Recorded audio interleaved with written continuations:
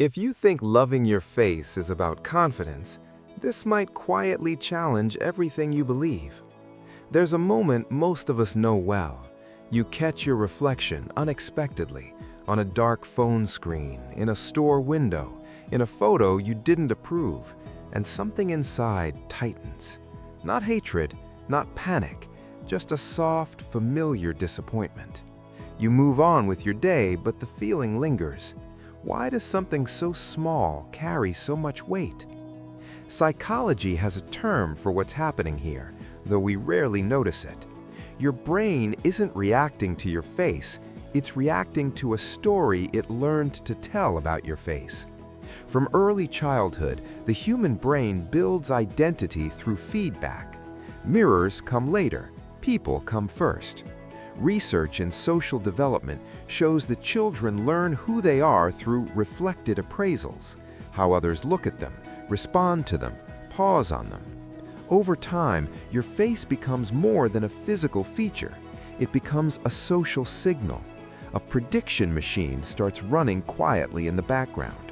What will my face cause others to think? Here's the challenge. Most people assume disliking their face is about vanity or low self-esteem. But if that were true, compliments would fix it, filters would fix it, perfect photos would fix it. And yet, they don't. In fact, studies on appearance-based validation show the opposite. The more external reassurance you rely on, the more fragile your self-image becomes. So why does the discomfort persist? Here's the twist. Your brain is not judging your face aesthetically, it's evaluating safety. Neuroscience tells us that the face is deeply tied to social survival. In evolutionary terms, faces meant acceptance, belonging and protection, or rejection and risk. When you look at your own face, especially in still images, your brain momentarily treats it like an object being evaluated, not a self being experienced. That gap between being and being seen creates discomfort. Have you noticed how rarely you dislike your face while laughing or while deeply engaged in conversation? That's because self-consciousness drops when self-monitoring turns off. Your problem was never your face, it was the constant surveillance of it. Another layer makes this even more powerful. Psychologists call it the mere exposure paradox, but turned inward. You see your face more than anyone else, but often under the worst conditions: bad lighting, unflattering angles, emotionally neutral moments. The brain learns patterns quickly. Over time, it pairs your face with criticism, not familiarity.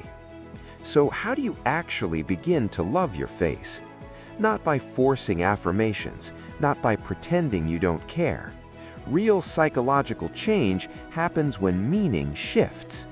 When people recover from appearance-based shame, studies show the turning point isn't liking how they look, it's decoupling identity from evaluation. They stop asking, "Is my face acceptable?" and start asking, "What has my face carried me through?" Stress, loss, joy, aging, survival, expression. Your face is not a decoration, it's a record. And this is where our book, How to Love Your Face, enters the conversation, not as a beauty guide, but as a psychological reframe. Inside, we explore how facial self-perception forms, why modern culture intensifies facial dissatisfaction, and how to rebuild a relationship with your appearance using science, reflection, and human stories. It's not about convincing yourself you're perfect. It's about understanding why you learned not to feel at home in your own reflection and how to come back. Now here's the question I want to leave you with.